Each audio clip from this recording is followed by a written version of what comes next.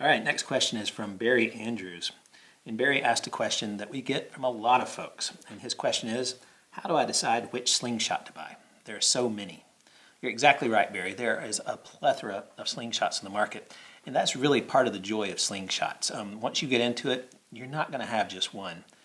Although if you can stick to just one, you will be a much better slingshot marksman for it. But are we kidding ourselves here? We're going to try a lot of them. But there are a few things you want to keep in mind when you're choosing your first slingshot. Number one, don't be obsessed over power. It doesn't matter how fast you missed your target. If you're missing because you can't control the bands, then what's the point of shooting a slingshot? 2, start with a flat band slingshot. True, the bands don't generally last as long, but they're a much lighter draw. They give you great velocity, and when you can see the projectile flying in a straight line without straining, you're going to start seeing more consistent results downrange. 3, get a slingshot that has a wider fork gap. This is not the slingshot to learn on. Rather, find something with a wider fork gap. That's going to be more forgiving to user error in the beginning from poor pouch release.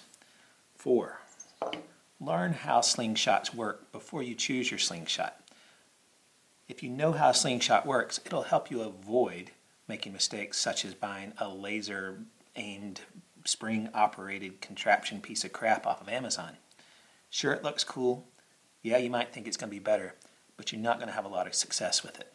So the real key when choosing a slingshot is to look for a slingshot made by a reputable manufacturer with flat bands. Make sure you're using good quality, consistently round ammo, and understand how a slingshot works. We would suggest starting with the Scout XT, or really just about any slingshot in our lineup, except the Flippin' Pickle. So, thank you for that question.